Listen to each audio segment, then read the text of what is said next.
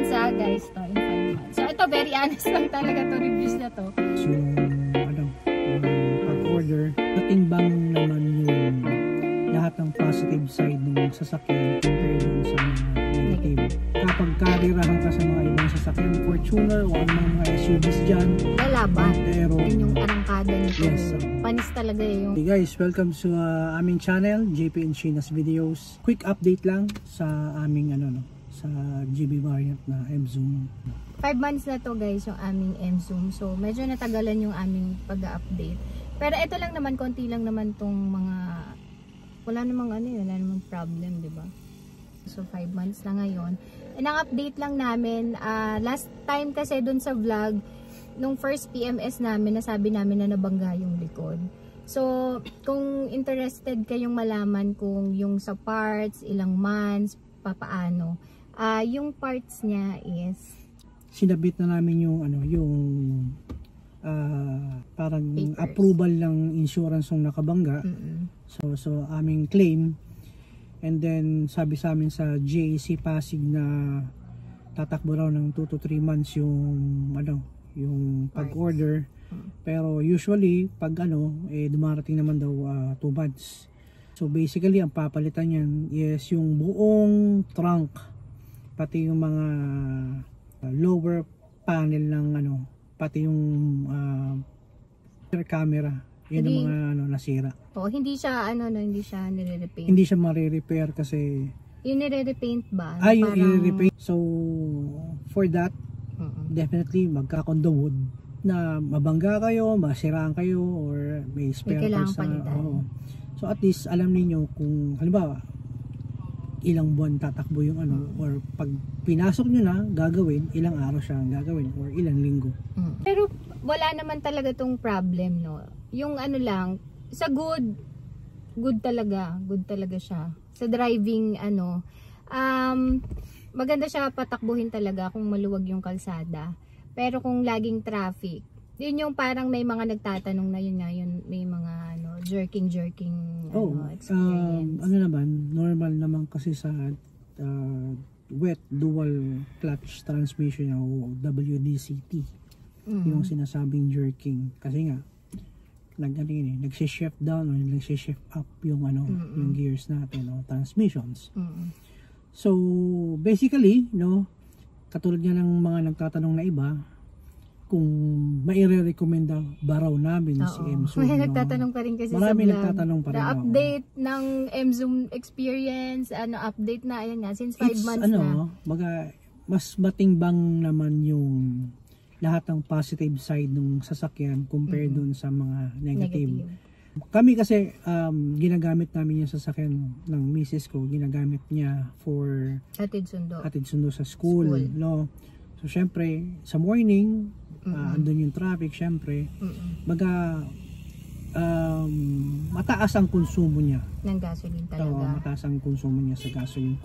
Pero kapag ni road trip naman siya ng tuloy-tuloy, kahit makipagkarirahan ka, which is wag naman ninyong gawin. Kahit makapagkarirahan ka sa mga ibang sasakyan, Fortuner o anumang mga SUVs dyan, lalaban. Pero lalaban siya at maganda yung consumption. Fuel efficient yung malayuan guys. So perfect talaga to pag road trip, gusto mo magtipid ng gasolina. Ayan siya talaga. At ibatag din yung arangkada nito. Yes, panis talaga yung parang. Kaya lang kasi minsan nagkaka-jerk sa observation ko lang is kapag very light lang yung apak mo. Tapos parang hindi niya pa ma-reach yung niya, yung revolution. Yung pagpalit ng gear niya. Revolution. Tapos ang light lang yung apak mo. Doon siya mag-jerk. Ang gusto niya kasi talaga yung inapak mo siya na pag na-reach niya na wala ka, smooth lang talaga yung takbo niya. Walang jerking na ma-experience. Pero pag dahil nga traffic, light lang, hindi pa na-reach yung change gear niya. Doon mo na experience yung pero wala parang normal na lang. Ito nga yung pinag-usapan namin ng misis ko na si M-Zoom ayaw niya ng nung chill ride. Gusto niya yung talagang yung talagang bakbakan sa kali. Pag tinapak mo talaga siya, talagang Naku, pag ito talaga mang-iiwan din naman siya kung sa istapan lang pag inapak mo siya ng tama mo talaga na talaga bubulusok talaga. That is considering ang ginagamit lang po namin is eco mode madalas. We don't use sport, syempre. Matindi sa gasolina yun. Oo. Yung normal niya, hindi namin siya nagagamit. Meron siyang normal, pero hindi natin na nagagamit.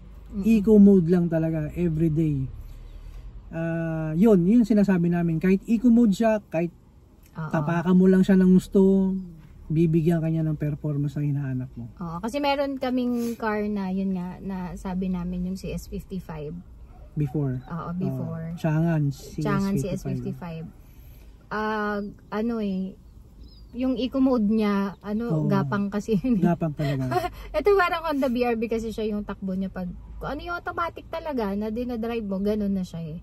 So kahit na wet DCT siya, hindi siya ganun na katulad ng compared to CS55. Hindi niya kami pinahirapan pag naka-eco mode siya. So para ka lang talaga nagda-drive ng automatic na CVT. Sasakyan, na ganun. Correct. So yun lang naman, sa gasoline lang talaga, yun lang yung pinaka-concern namin. Tapos siguro gagawa na lang ako ng vlog na kung parang pag nag-gasoline kami nitong week na to, gaano siya aabot, kung ginagamit mo siya everyday, kasama na yung mga traffic dyan. Pati yung computation ng ilang kilometro yung babiyahin namin, ilang oras siya binyahe, ganun. So umaga yun, at around, madalas 5:30 umalis kami rito sa bahay. Oo, para wala kasi ganong traffic pag 5:30. So pag yung uwian na, ayun, meron na siya sa mga 2:30. Yung pag-uwian. Susunduin mo yung mga bata sa school ng hapon na. That is around mga 1:30 to 2:30. Okay. So doon natin malalaman yung kanyang fuel efficiency when it comes to city driving. At least meron kayo makikita figures or numbers. Ilan to compute. Ilang tawag doon pag full tank, ilang weeks sa araw-araw. Para kung gusto mong gamitin ito, pamasok mo, at least may idea ka kung ano. So yun lang, meron lang kaming dun sa may likod, yung sa aircon vent dito sa passenger.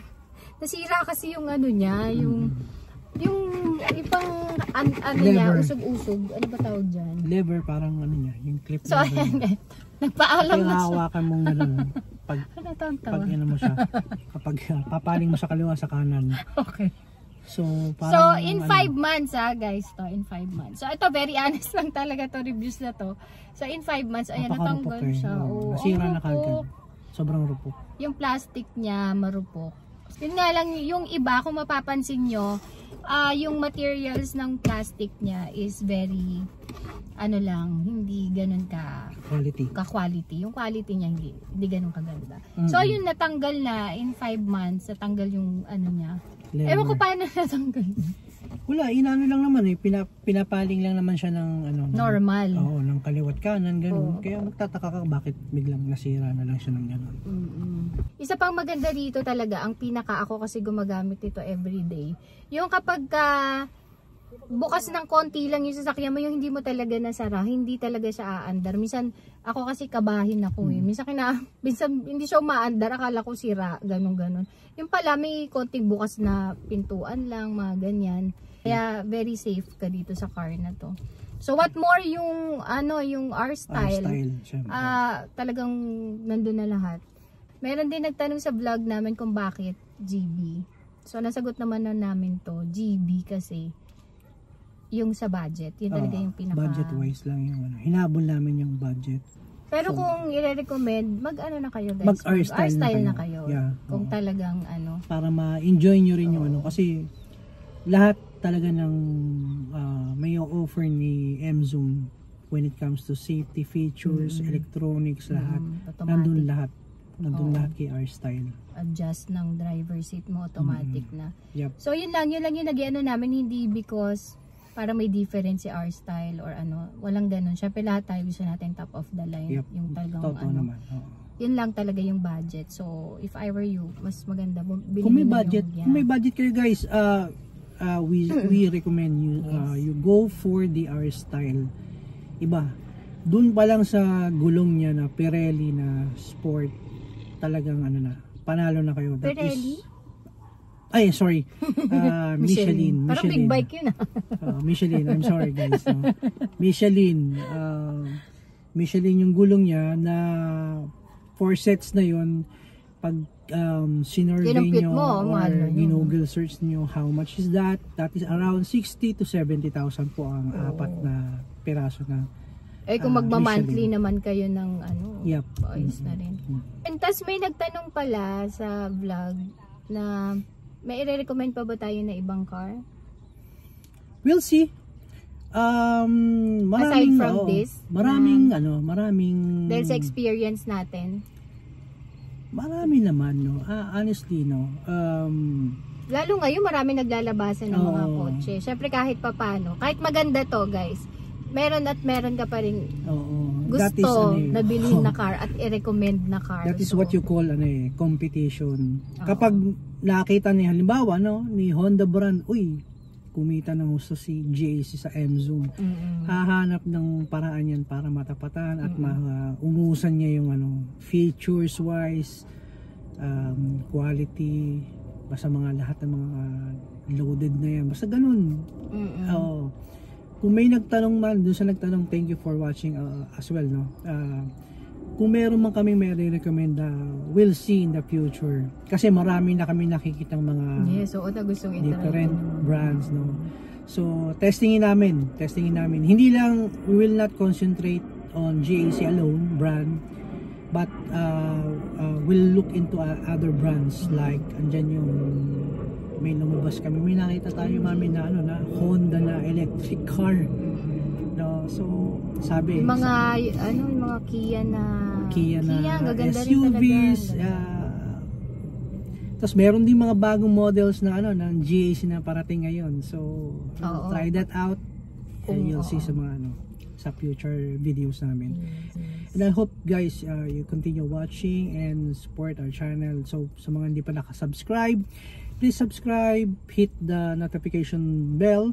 Yan. So gusto nila kasi mga M-Zoom update So, update. We'll continue that.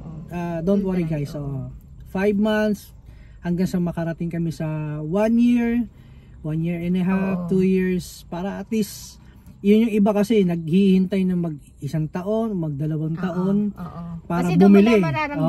Para bumili sila, para makonvince sila, tatagal ng 2 o 3 taon itong sasakyan na to, and it's worth the buy. So ngayong 5 months, ayan, walang problema. So yun lang. So hindi naman kayo maarte sa gasolina, ganun talaga.